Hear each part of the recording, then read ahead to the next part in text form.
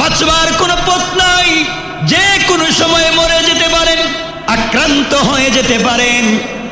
তিন বন্ধু মিলে পরামর্শ করলেন, ভাইরে বেঁচে থাকবার তো আর কোনো সুযোগ নাই, বেঁচে থাকা যাবে না, পা পিছলে পড়ে যায়, এত বিশাল বাতাস এসেছে, আঘাত করে মেরে ফেলবে। তিন বন্ধু মিলে সিদ্ধান্ত নিলেন, পাশে একটা জঙ্গল আছে, দৌড়তে দৌড়তে জঙ্গলের পাশে গিয়ে দেখেন বিশাল বড় একটা গুহা দেখা যায়। তিন বন্ধু মিলে গুহার ভিতরে প্রবেশ করলেন, আর মনে মনে ভাবলেন ঝড় তুফান শেষ হয়ে গেলে চলে যাব। এই চিন্তা করে তিন বন্ধু মিলে গুহার ভিতরে প্রবেশ করলেন, গর্তে ঢুকে গেলেন। যুবকরে বুঝাতে চাই, জীবনে যদি খালিস আল্লাহর জন্য একটা কাজ করো, আল্লাহ বলেছেন গোলাম রে, আমার রাসূল বলেছেন উম্মতেরা শোনো, কোটি কোটি আমলের বস্তা নিয়ে কিয়ামতের দিনে গিয়ে লাভ নাই, যদি পাবলিক তোমার কাছে পায় কিয়ামতের দিনে দিতে দিতে তুমি তো অজ্ঞান হয়ে যাবে। আর তোমার কাছে নির্ভেজাল যদি খালিস অল্প আমল থাকে, আল্লাহ রাব্বুল ইজ্জতুল জালাল এই অল্প আমলের মাধ্যমে নাজাত দিয়ে দিবেন। কান সুবহানাল্লাহ। আমার বন্ধুগণ গভীর মনোযোগ। তিন বন্ধু মিলে গুহার ভিতরে প্রবেশ করলেন ঝড় তুফান থেকে বাঁচবার জন্য। গুহার ভিতরে আশ্রয় যখন নিয়েছেন, হঠাৎ করে পাহাড়ের উপর থেকে বিশাল বড় একটা পাথর পানির ধাক্কায়, স্রোতের ধাক্কায়, তুফানের ধাক্কায় আস্তে আস্তে তাদের গুহার মুখের মধ্যে এসে পড়ে গেল। গুহার মুখ বন্ধ হয়ে গেল।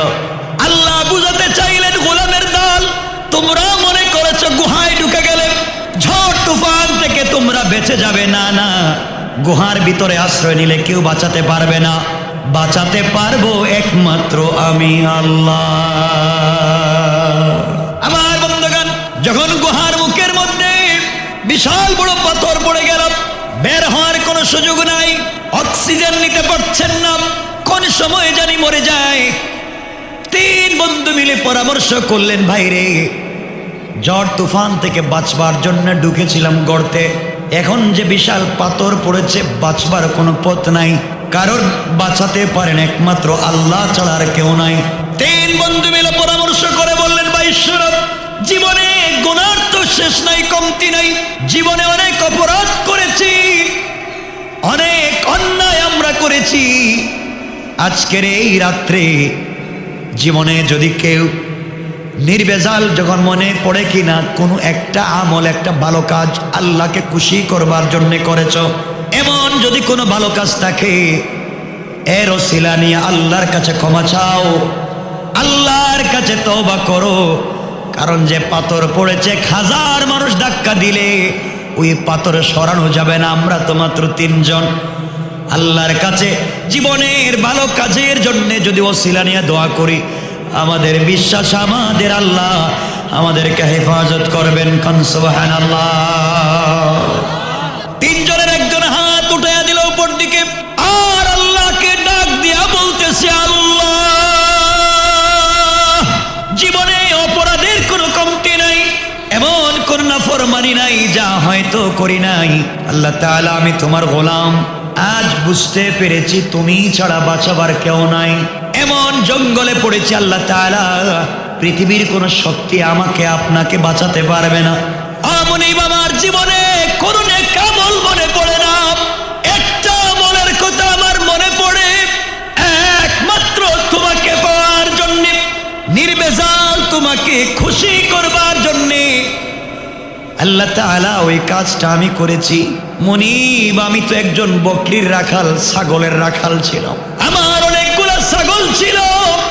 সকাল বেলা ওগুলা নিয়ে আমি মাঠে চলে যাই, সারাদিন ছাগল চড়াইয়া যখন বাড়িতে ফিরি, বাড়িতে আসার পরে আমার ঘরে নতুন করে কোনো খাবার থাকে না।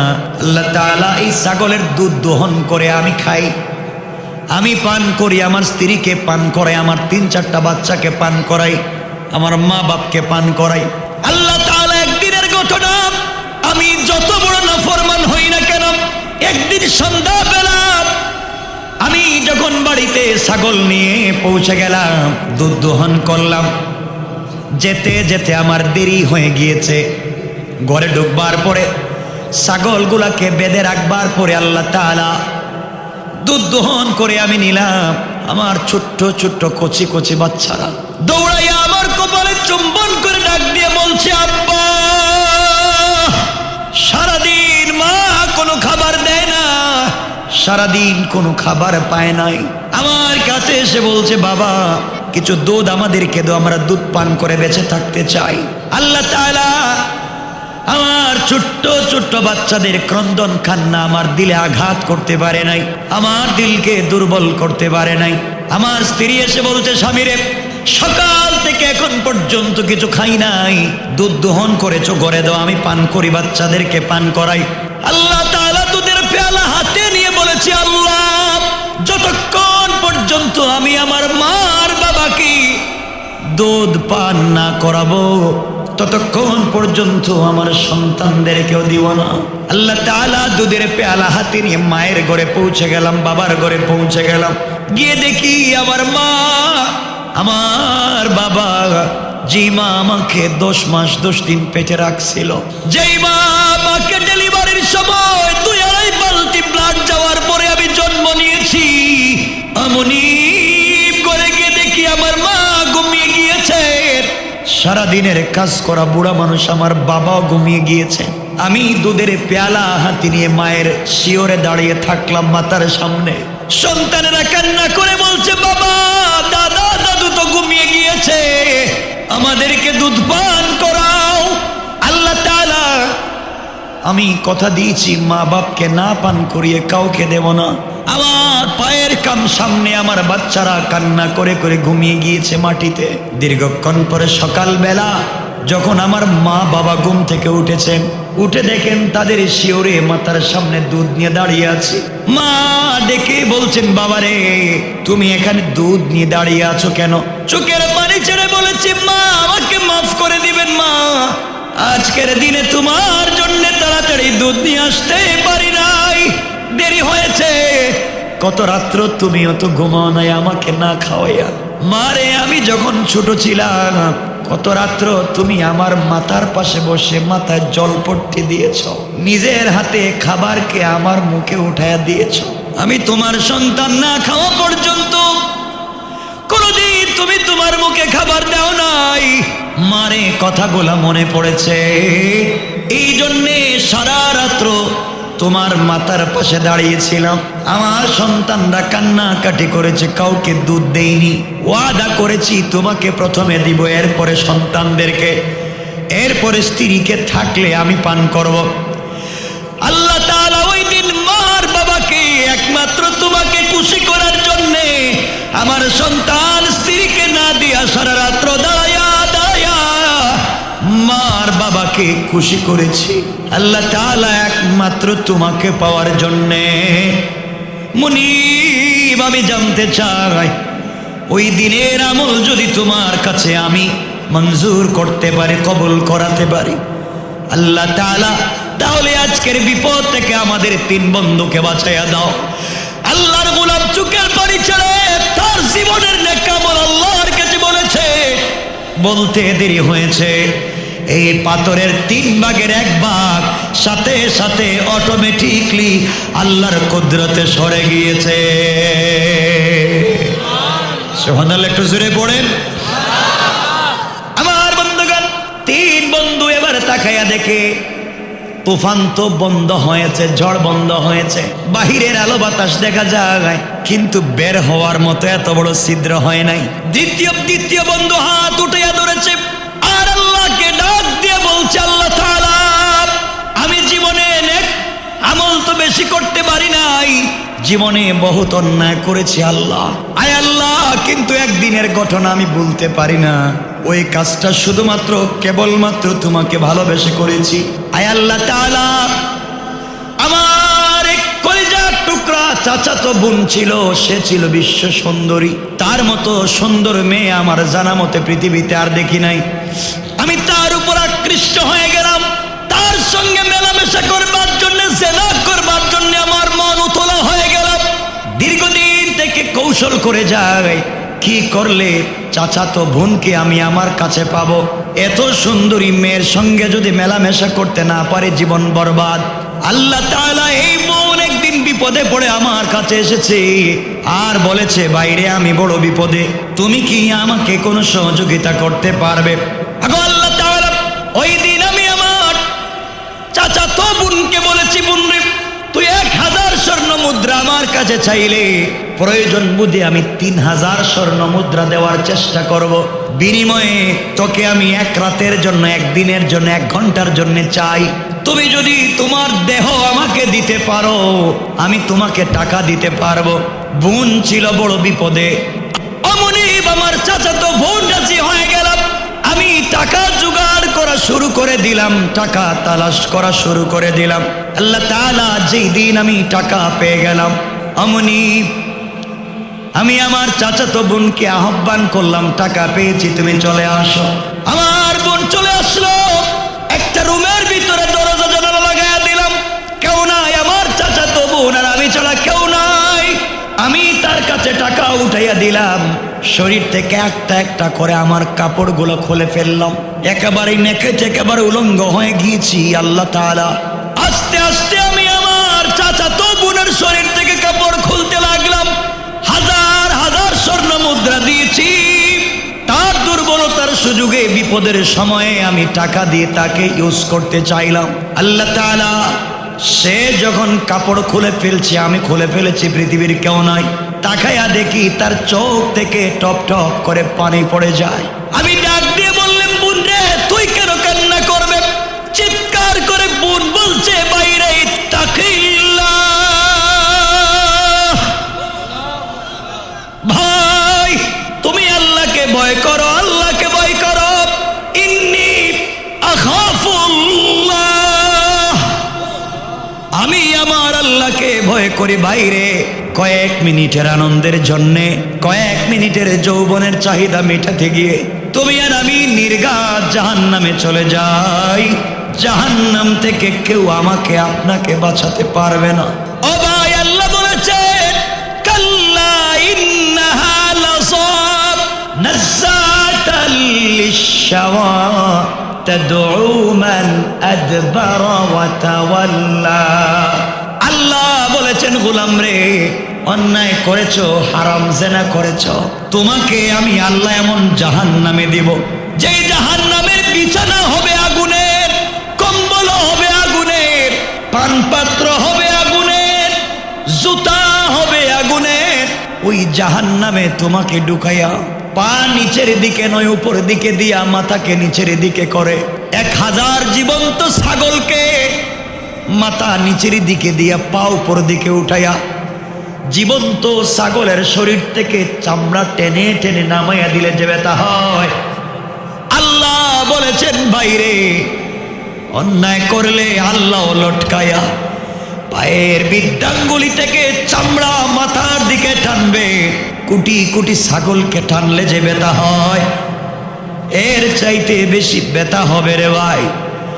আমি আল্লাহকে ভয় করি, কি নিয়ে রবের সামনে দাঁড়াবো? তোমার ভিতরে কি জাহান্নামের ভয় নাই? এই কথা বোন বলেছে। আল্লাহ তাআলা 4400 স্বর্ণ মুদ্রা ফালাইয়া কাপড় পরে দরজা ঠাস করে খুলে দৌড় দিয়েছি আর বলছি, আল্লাহ ভুল হয়েছে, অন্যায় হয়েছে, আর করব না, আমি তো কিছুই করি নাই। আয় আল্লাহ তাআলা ওই দিন যাকে সারা জীবন চাইলাম তাকে একটা গড়ে নির্বেজাল, একটা গড়ে কারো ডিস্টার্ব ছাড়া পাওয়ার পরে ঘর থেকে বের হয়ে চলে এসেছি একমাত্র তোমাকে ভয় করে। আল্লাহ তাআলা ওই দিনের এই ঘটনা একমাত্র তোমাকে রাজি খুশি করার জন্য করেছি, তোমার ভয়ে। ওই দিনের এই আমলটা যদি তোমার কাছে ভালো লাগে, আল্লাহ তাআলা আজকের দিনের বিপদ থেকে আমাদের বাঁচাইয়া দাও।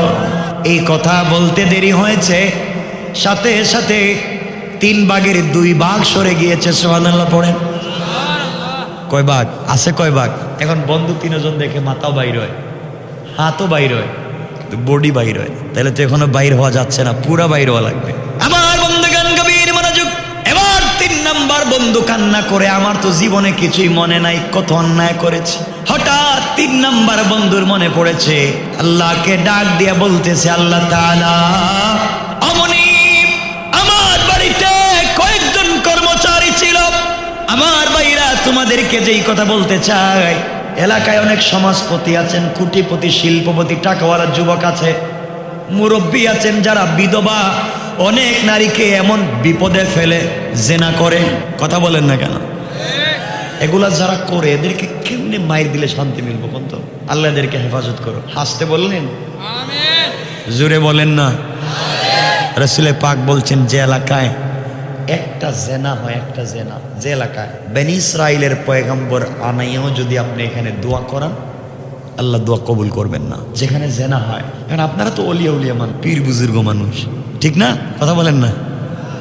এই এলাকায় খবর নিয়ে দেখেন, অনেক লোক আছে যারা বিয়ে করে বউরে তালাক দিছে। এই তালাক দেওয়া বউরে, ডিভোর্স দেওয়া বউরে নিয়ে আবার থাকে। আমরা হ্যাঁ, এত মানুষ একটু জোরে আওয়াজ করে বলেন আছে। দোয়া কবুল হবে কেমনে? দোয়া কবুল হবে কেমনে? নাম বলবো না। কালকে এক জায়গায় ওয়াজে গেছিলাম, তাফসিরে লম্বা সময় আলোচনা করেছি। তো ওখানে বসছিলাম আমি কম সময়, 9টার দিকে বসলে, আজকে 12টা তো হয়ে গেছে। আপনাদের কষ্ট হচ্ছে।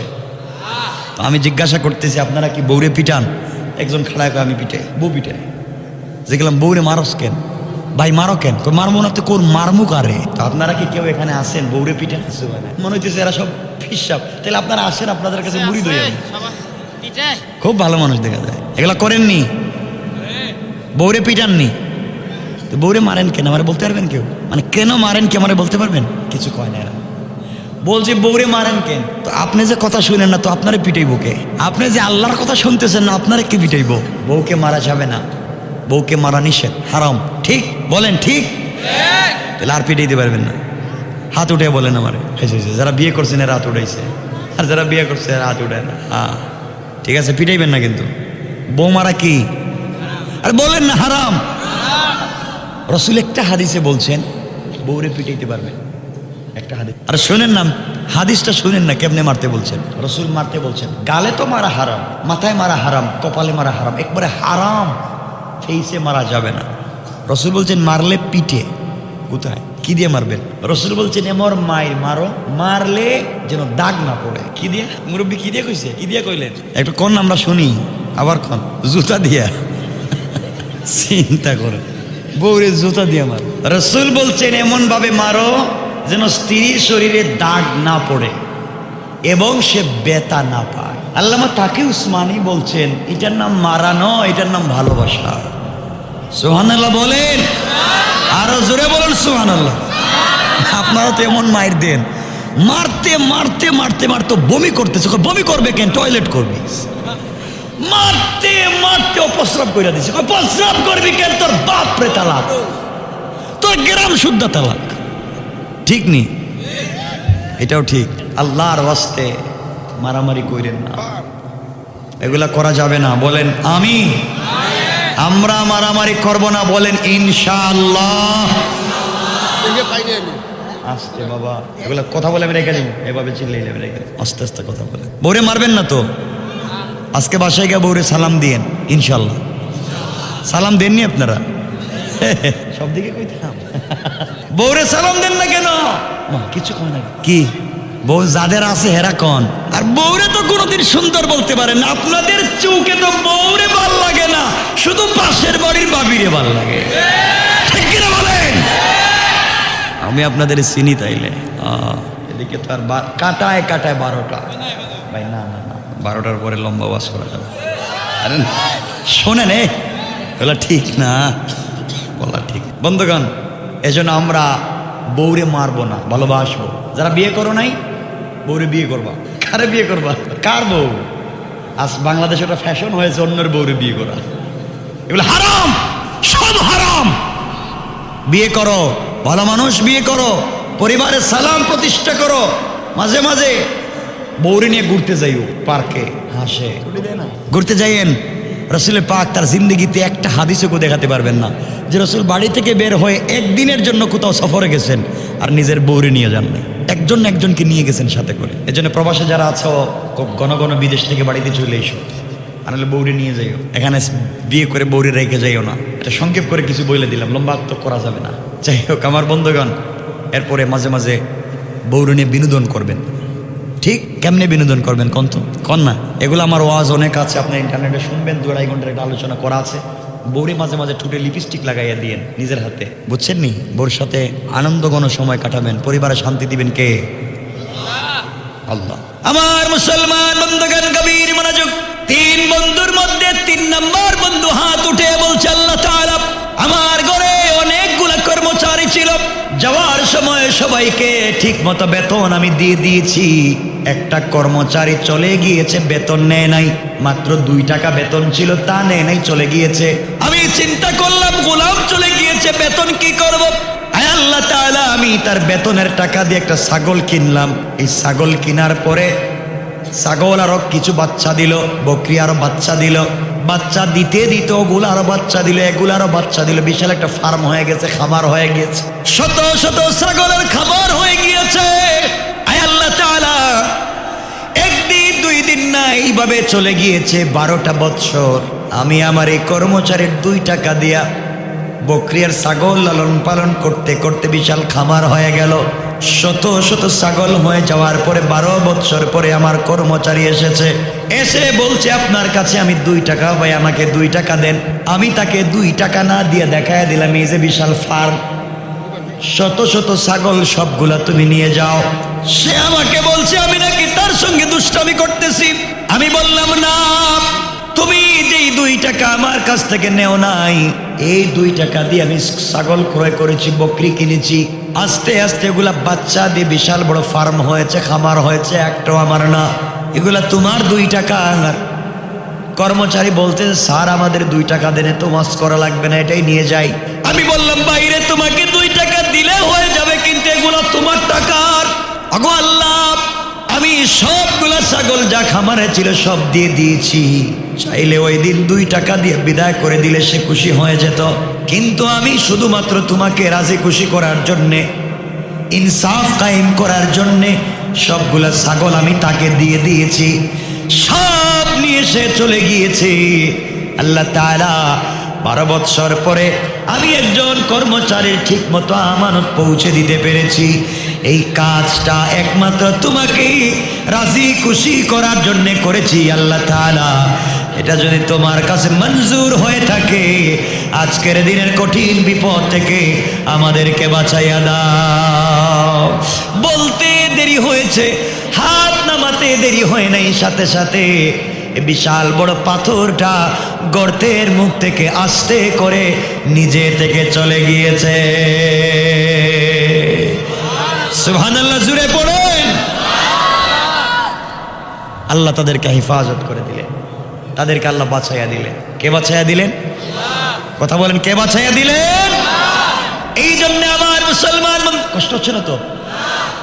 আমার মুসলমান বন্ধুগণ, খুব লম্বা চৌড়া আমলের দরকার নাই, সংক্ষেপে নির্ভেজাল কিছু আমল মনে রাখবেন, যে আমলগুলার দ্বারা, যে আমলের ভিতরে বিদআত নাই, যে ইমানের ভিতরে শিরিক নাই, শিরিক মুক্ত ইমান, বিদআত মুক্ত আমল, এগুলা করে যদি কবরে যেতে পারেন, আল্লাহ বলছেন গোলাম রে, বান্দার হক যদি না থাকে, আমার হক নষ্ট করে ফেললেও আমি আল্লাহ চাইলে তোকে মাফ করে জান্নাতি বলে ফয়সালা করে দিতে আমি আল্লাহর 1 মিনিটও দেরি হবে না। পড়েন সুবহানাল্লাহ। এই জন্য আমার আল্লাহ বলেছেন গোলাম, আমার নবীকে আমার আল্লাহ বলছেন ফাম্মাল ইয়াতীমা ফালা তাকহার, বন্ধুরে এতিমের সঙ্গে আপনি খারাপ আচরণ করবেন না, কারণ যারা এতিমের সম্পত্তি মেরে খায়, আল্লাহ বলছেন জুলমান ইন্নামা ইয়াকুলুনা ফি বুতুনিহিম নারা ওয়া সায়াসলাউনা সাইরা, যারা অন্যায়ভাবে এতিমের সম্পত্তি বক্ষণ করে খায়, তারা যেন তাদের পেটের ভিতরে জাহান্নামের আগুন ভর্তি করে। নাউযুবিল্লাহ। এমন অনেক আছে যারা এতিমের সম্পত্তি চোকাইয়া খায়। ভাই মারা গেছে, বাতিজারে সম্পত্তি না দিয়ে সব চাচা তার নামে কইরা ফেলাইছে। কথা কম আসেনি এগুলো আপনাদের এলাকায়? অনেক মুরব্বী আছেন এখানে যারা হজে যাওয়ার সময় সম্পত্তি বন্টন করে ঠিক মতো নিজের ছেলেকে দিয়েছেন, সন্তানদেরকে বন্টন করে সম্পত্তি ঠিকই দিয়েছেন, কিন্তু এমনও আছেন যারা নিজের মেয়েদেরকে সম্পত্তি দেন নাই। এগুলো আপনাদের এলাকায় নাই, আওয়াজে মনে হইতেছে। নিজের মেয়েকে সম্পত্তি দেয় না। মনে রাখবেন, হাওড়ের মধ্যে ছেলে যেখানে ওখানে পাবে, বাড়ির যেখানে ছেলে সম্পত্তি পাবে ওখানে মেয়ে পাবে, আপনার সম্পত্তি যেখানে ছেলে পাবে ওখানে কথা বলেন মেয়ে দেননি আপনারা দিয়ে দিয়েন, জান্নাতে যেতে পারবেন না। মেয়ের সম্পত্তি দিয়ে দিয়েন, ভাই ভাইয়ের সম্পত্তি দিয়ে দিয়েন, বাতিজার সম্পত্তি দিয়ে দিন, মায়ের সম্পত্তি বুঝাইয়া দিন, চাচাদের সম্পত্তি বুঝাইয়া দিন। কেউ মাইরা খাইয়েন না। যদি আপনারা এতিমের সম্পত্তি কেউ ভোগ করে খায়, আল্লাহ বলছেন ইয়াকুলুনা ফি বুতুনিহিম নারা, সে যেন তার পেটে জাহান্নামের আগুন ঢুকাইল। নাউজুবিল্লাহ বলেন। এজন্য এতিমকে কষ্ট দেওয়া যাবে। আমার নবী কি ছিলেন কথা বলেন না? তিনি এতিমের ভালোবাসা বুঝতেন, দরদ বুঝতেন, কষ্ট বুঝতেন। আমরা আজকে বুঝি না। আমার বন্ধুগণ, সংক্ষেপ করে বলি রাসূল পাক কেমন ছিলেন এতিমের ব্যাপারে। আমার মুসলমান বন্ধুগণ, গভীর মনোযোগ। আল্লাহর পয়গম্বর ঈদের দিন সকালবেলা ঈদগাহে জামাতের ইমামতি করবার জন্য ঘর থেকে বের হয়েছেন। রাস্তার মধ্যে একটা এতিম ছেলে বসে বসে কান্না করে। এই জন্য এতিমদেরকে লালন পালন আপনারাও করবেন, বেশি বেশি করে এতিমদেরকে সহযোগিতা করবেন, এতিম মাদ্রাসা তৈরি করবেন, এতিমদের মুখে হাসি ফুটাইয়া দিবেন। বিশ্বনবী দুইটা আঙ্গুল, এই দুইটা আঙ্গুল উঠাইয়া মদিনার মসজিদে ওয়াজ করতে গিয়ে বললেন, সাহাবীরা শোনো, এই দুই আঙ্গুল যত কাছাকাছি, যেই ব্যক্তি এতিমকে লালন পালন করবে ওই ব্যক্তি আর আমি জান্নাতে তত কাছাকাছি। এজন্য এতিমের মুখে হাসি ফুটাবেন, এতিমকে ভালোবাসবেন। আমার দুঃখ হয় আপনারা এলাকার মধ্যে বড় বড় অনুষ্ঠান করেন, কেউ মারা গেলে তার বাড়িতে 10 গরু করে অনুষ্ঠান করেন, 5 গরু জবাই করে অনুষ্ঠান করেন গরিবকে খাওয়াবার জন্য। একজন এতিমও খাইতে পারে না, ঘরের ভিতরে যারা তাকে সব নেতার লিডার, ঠিক কিনা বলেন? গরিব কত কিছু খাইতে পায় না, কার নামে কে খায়? আমার বন্ধুগণ, এই জন্য এখানে আপনারা কারা আছেন হাত উঠাইয়া বলেন যারা এতিমরে সহযোগিতা করেন, দেখতে চাই। মাশাআল্লাহ, সবাই এতিমরে সহযোগিতা, মাশাআল্লাহ, আল্লাহ যেন কবুল করেন। রাসূল সাল্লাল্লাহু আলাইহি ওয়াসাল্লাম মসজিদ থেকে, বাড়ি থেকে বের হয়েছেন, ঈদগাহে সালাতের জন্য যাবেন, ঈদের সালাতের জন্য যাবেন। একটা এতিম ছেলে রাস্তায় বসে বসে কান্না করে। এই রাস্তা দিয়ে কিছুক্ষণ পরে হযরত ওমর গেলেন। রাস্তায় গিয়ে দেখেন একটা ছেলে, বাড়ি পিচ্ছি একটা ছেলে কান্না করে। জিজ্ঞাসা করলেন, বাচ্চা তুমি কান্না করো কেন বসে? বাচ্চা বলতেছে, আপনার নাম কি? ওমর বললেন, আমার নাম ওমর। শিশু বাচ্চা ডাক দিয়া বলতেছে, না না, আপনাকে আমার মনের ব্যথা বলবো না, আপনি বুঝবেন না। আমি বসে আছি এই পথ দিয়া, দিনের নবী এতিম নবী যখন যাবেন তার কাছে আমার মনের ব্যথা বলবো। আমার বিশ্বাস আমার নবী আমার কথা বুঝবে। কিছুক্ষণ পরে এই রাস্তা দিয়ে হযরতে আবু বকর যেতে লাগলেন। ছোট্ট বাচ্চা সালাম দিয়েছে। আবু বকর বললেন, তুমি বসে আছো কেন? বাচ্চা বলছে, আপনি কে? আবু বকর বলেন, আমি রাসূলের সাথী বন্ধু আবু বকর। না, আপনাকে বলা যাবে না, আপনাকে আমার দুঃখ বললে হবে না। আমি এতিম নবীর অপেক্ষায় আছি, তিনি গেলে আমি বলবো। কিছুক্ষণ পরে বিশ্ব নবী এদিকে যেতে লাগলেন। বাচ্চা কান্না করে তিনি দাঁড়িয়ে বললেন, তুমি কেন কান্না করো? আপনার কাছে বলবো না, আর 2 জন গিয়েছে তাদের কাছে বলি নাই, আপনার কাছে আমি বলবো না। এই রাস্তা দিয়ে দিনের নবী এতিম নবী যাবেন, তার কাছে আমি মনের ব্যথা বলবো। আইন তিনি আমার কথা বুঝবেন, কেউ বুঝবেন না। আল্লাহ রসুল বলছেন, আল্লাহ রসুলকে আল্লাহ এর জন্য বলছেন, ইয়েতিমকে ধমক দিয়ে আপনি কথা বলবেন না, ইয়েতিমের সঙ্গে খারাপ ব্যবহার আপনি করবেন না, কঠোর আচরণ করবেন না। নবীজি কথা শুনে বসে গেলেন। ইয়েতিমের কপালে চুম্বন দিয়ে জড়াইয়া ধরে বললেন, বাচ্চা তুমি যে ইয়েতিম নবীর জন্য অপেক্ষা করো, আমি হলাম সেই ইয়েতিম বিশ্ব নবী। বাচ্চা ডাক দিয়া বলছেন, ইয়া রাসূলুল্লাহ, ইয়া হাবিবাল্লাহ, আল্লাহর পয়গম্বর, আমার জন্মের 1-2 মাস পরে আমার বাবা মারা গিয়েছেন। আমার বাবা নাই, আমি কিছু বড় হওয়ার আগে আমার মা আরেকটা বিয়ে করেছেন। ওগো আল্লাহর পয়গম্বর, আমার মা যাকে বিয়ে করেছেন তিনি আমাকে দেখতে পারেন না। মা যদি আমাকে কুলে নেয় তিনি সহ্য করতে পারেন না। মা আমাকে আদর করলে তিনি সহ্য করতে পারেন না। মা যদি আমাকে আদর করে কিছু মুখে দেয় আমার এই বাবা কিছু সহ্য করতে পারে না। রাত্রবেলা মায়ের বাড়িতে গিয়েছিলাম, মা ডাক দিয়ে বলেছেন, বাবারে তুমি ঈদের রাত্রে আমার কাছে এসেছো, আমি তোমাকে আদর করে কপালে চুম্বন দিতে পারবো না। আমি যাকে বিয়ে করেছি তিনি তোমাকে সহ্য করতে পারেন না। এদের দিনে আমি তোমাকে কিছুই দিতে পারলাম না বাবা। এই মদিনার কেউ তোমার দরদ বুঝবে না। তুমি আজকে মদিনার রাস্তায় বসে থাকো। এই রাস্তা দিয়ে দিনের নবী বিশ্ব নবী যাবেন, তিনি এতিম। এতিমের দরদ তার চাইতে কেউ বুঝবে না। পয়গম্বরে আরবি মায়ের কাছ থেকে বিদায় নিয়ে ফজরের আগে থেকে মদিনার রাস্তায় বসে বসে আপনার অপেক্ষা করি। বলেন তো আমাকে, বলেন তো আমাকে একটু বলেন না আমি কোথায় যাব? নবীজি বসে বাচ্চাটাকে নিজের কুলে বসালেন, বুকের সঙ্গে জড়াইয়া কানে কানে বললেন, বাচ্চা বলো, আজকের থেকে যদি আমি বিশ্ব নবী তোমার বাবা হয়ে যাই আর আয়েশা যদি তোমার মা হয়ে যায়, বলো তো তোমার দুঃখ কষ্ট দূর হবে নাকি? বাচ্চা চিৎকার করে বলছেন, পয়গম্বর আরবি আপনি যদি আমার বাবা হয়ে যান আর আয়েশা যদি আমার মা হয়ে যায়, ফাতেমা আমার বোন হয়ে যায়, দুনিয়ার জমিনের চাইতে বড় চাওয়ার নাই।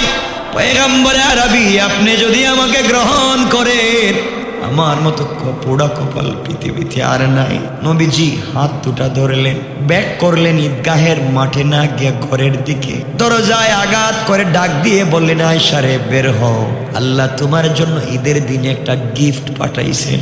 আল্লাহ তোমার জন্য ঈদের রাত্রে ঈদের দিনে তোমাকে আমি কোনো গিফট উপহার দিতে পারি নাই, আল্লাহ তোমার জন্য উপহার পাঠাইয়া দিয়েছেন।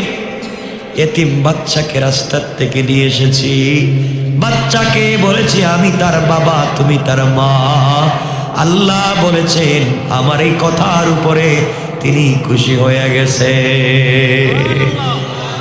এই জন্যে আমার বন্ধুগণ সংক্ষেপ করে করে বুঝাই, আল্লাহর রাসূল এতিমের সঙ্গে ভালো ব্যবহার করেছেন, আমরাও করব। আমাকে কথা দেন ইনশাআল্লাহ। কত ছেলে আছে এতিম, তোমার বাচ্চার হাতে দামি দামি চকলেট, দামি দামি জুস, তোমার বাচ্চার হাতে দামি দামি জিনিস আছে, খেলবা। পাশের ঘরের বাচ্চা এতিম, তার হাতে নাই। সুযোগ থাকবার পরে যদি সহযোগিতা না করো, কিয়ামতের দিন বাঁচবার কোনো পথ নাই। এই জন্যে আল্লাহর রাসূলকে আল্লাহ বলছেন, বন্ধুরে এক নাম্বার কর্মসূচি হলো তুমি এতিমের ব্যাপারে কঠোর হবা না। আমরাও আজকে থেকে এতিমের ব্যাপারে কঠোর হব। দুই নম্বর কর্মসূচি আল্লাহ বলছেন, ওয়াম্মাস সাইলা ফালা তানহার। বন্ধু যারা তোমার কাছে কিছু চায় তুমি ধমক দিও না। আমার বন্ধুগণ দেখবেন সাহেব কোটি টাকার গাড়ি দৌড়াইয়া পাটুরিয়ার রাস্তায় আরিচার রাস্তায় যায়, জেমে পড়ে ভিক্ষুক ভিখারিরা, ভিক্ষুকেরা দেখবেন ছোট ছোট বাচ্চারা, মুরব্বীরা হাত নাই পা নাই, আতুর ল্যাংড়া দেখবেন বুবা, হাতের মধ্যে ভিক্ষুকের একটা থালা নিয়া, ভিক্ষার থালা নিয়া গ্লাসের সামনে এসে বলছে, সাহেব একটা টাকা দেন, 5টা টাকা দেন, এক সপ্তাহ ভালো কিছু খাই নাই। সাহেবের গাড়ির দাম 1 কোটি টাকা, কিন্তু 1 টাকার জন্য গাড়ির গ্লাস খুলে না। আল্লাহ বলেছেন, সাহেব রে কোটি টাকার গাড়িতে বসাইছি আমি, ভিক্ষুকের হাতে ভাঙ্গা থালা দিয়া রাস্তায় দাঁড় করাইছি আমি। তুমি যদি না চিনতে পারো, আমি আল্লাহ চাইলে ভিক্ষুককে প্রাইভেটে বসাইয়া তোমাকে প্রাইভেট থেকে বাহির করে পাটুরিয়ার রাস্তায় ভাঙ্গা থালা দিয়া বসাইয়া দিতে পারি। ঠিক কিনা বলেন? এই জন্যে অহংকার করবেন না, অহংকার করবেন না, কাউকে ছোট মনে করবেন না। বাংলাদেশের বহুত হাজার ঘটনা আছে যার মুখের দাপটে, ক্ষমতার দাপটে কথা বলা যেত না, আজকে থাকবার জায়গা নাই। বন্ধুরে কোন সময় কার হাতে আল্লাহ ভাঙ্গা থালা ধরাইয়া দিবে খবর নেও। ঢাকা শহরে যাও, এলাকায় খবর নেও, বহুত মানুষ আগে ছিল শিল্পপতি, আজকে রাস্তার ফকির। আর বহুত আগে খাইতে পারতো না, আল্লাহ তার এখন 10 তলার মালিক বানাইয়া দিছে। এই জন্যে কাউকে ছোট মনে করবেন, বলেন মনে করবেন ভাইরে। এই জন্যে কেউ যদি আপনার কাছে কিছু চাই ফিরাইয়া দিবেন না। আমার রসুলের কাছে কেউ যদি কিছু চাইতো ফিরাইয়া দিতেন না। যদি না থাকতো কারো কাছ থেকে ঋণ করে তিনি দিতেন, ঋণ না পাইলেও বলতেন আগামীকালকে আইসো আমি দিব। এক কথায় রাস্তার ফকিরকে ফিরাইয়া দিতেন না। আর আজকে তো আমরা ওয়াজ শুরু করি, গ্লাস খুইলা গায়ে ছেলে ভিক্ষা করো, সুরাব কেরাত পারো, নামাজ পড়ো 5 ওয়াক্ত, অজু আছে, তাই এমনের ফরজ জানো। এই যে তুই 5 টাকা দিলে দিবি না দিলি না, এর সাথে তো ওয়াজ করার দরকার আছে না নাই? আর বলে চলো ভিক্ষা করার দরকার নেই, আমার সাথে চলো কাজ কাম করে খাইবা। আরে এতগুলোর দরকার নেই, এত মানবতা দেখাবার দরকার নেই। হাত পাচ্ছে পারলে কিছু দিয়ে দাও। কথা বলেন না কেন? ফিরাইয়া দিও না। রাসূল তার জীবনে কাউকে ফিরাইয়া দেন নাই। এই জন্য আল্লাহ বলছেন বন্ধুরে, কারণ তোমাকে কেন বলছি এতিমকে ধমক দিবা না। আমি আল্লাহ তোমাকে এতিম পাইছি। কথা বলেন না কেন? আমি আল্লাহ তোমাকে এতিম পাইছি, এতিম থেকে বড় বানাইছি। তুমি এতিমকে কোনোদিন ধমক দিবা না। আমি আল্লাহ তোমাকে গরিব পাইছি। কোন গরিবকে ধমক দিও না, কারণ তোমাকে তো গরিব পাইছি, ঘর নাই বাড়ি নাই, ঠিক কিনা বলেন? 3 নাম্বার কর্মসূচি সংক্ষেপ করে বলি। আল্লাহ 11 নম্বর আয়াতে বলছেন ওয়াম্মা বিনি'মাতি রাব্বিকা ফাহাদ্দিস। সকল কাজে তুমি আল্লাহ পাকের এনাম নিয়ামতের কথা তুমি ঘোষণা করো, আল্লাহর নিয়ামতের প্রশংসা করো, এইভাবেই চলো। আল্লাহ বলছেন গোলাম তুমি তোমার এলাকায় খুঁজে দেখো কত মানুষের হাত আছে, পা আছে, কিন্তু ব্রেইন নাই, পাগল আছে না নাই? কত বাবার কোটি টাকা আছে, আপনি কি জানেন? আমি একটা কথা বলে দেই, কোটি টাকার বাবার কোটিপতির ছেলে কোটি টাকার মাদক খাইয়া রাস্তায় পড়ে যাওয়ার চাইতে রিক্সাওয়ালার ছেলে কোরআনের মাজলিসে বসে যদি একটা আয়াত শিখে আল্লাহওয়ালা হয়ে যায়, কোটিপতির ছেলের চাইতে রিক্সাওয়ালার ছেলের দাম আল্লাহর কাছে অনেক বেশি। ঠিক কিনা বলেন? এজন্যে কাউকে ছোট মনে করবেন না। আমরা ছোট মনে করব না, আল্লাহর প্রশংসা করব। এই যে আল্লাহ জবান দিয়েছেন, হাত দিয়েছেন, পা দিয়েছেন, আমরা সুস্থ। যুবকদেরকে শেষে যে কথা বলতে চাই, যুবকেরা আমাদের শক্তি আছে বডিতে, আমাদের ক্ষমতা আছে। আজকে রাত্রে চাইলে সারা রাত আমরা মদের আড্ডায় যাইতে পারি, সিনেমা দেখতে পারি, নেকেট গান গল্প করতে পারি, চাইলে আজকে সারা রাত তাহাজ্জুদে কাটাইয়া দিতে পারি। কারণ কি? এই যে মুরব্বীরা বসে আছেন, জোয়ানেরা যদি রাত্রবেলা জোয়ানি বয়সে একটা সেজদা আল্লাহর কদমে দেয়, মুরব্বী বয়সে 100 বছর ইবাদত করলে যেই সওয়াব, জোয়ান বয়সের একটা সেজদায় তার চাইতে বেশি সওয়াব। এজন্যে আমরা এই জোয়ানিকে কাজে লাগাবো ইনশাআল্লাহ। সবাই বলেন ইনশাআল্লাহ। 2 ঘন্টা হয়ে গেছে কাছে, আর লম্বা, এজন্য আর লম্বা করতে চাই না। আল্লাহকে ওয়াস্তে আমার জন্য দোয়া চাই, আপনাদের জন্য দোয়া থাকলো। লম্বা কথা বলেছি, কর্মসূচি 3টা দিয়েছি। 1 নাম্বার, আমরা এতিমের সাথে খারাপ ব্যবহার করব না। 2 নাম্বার, কোনো সাইল ভিক্ষুকের সাথে ধমক দিয়ে কথা বলবো না। 3 নাম্বার, সকল কাজে শুকুর গুজার হব কার? এখানে কথা রেখে দিলাম। আমার জন্য দোয়া, আপনাদের জন্য দোয়া। বসে এই যে মসজিদ, চমৎকার একটা মসজিদ হচ্ছে দেখলাম, অনেক হয়েছে। আপনারা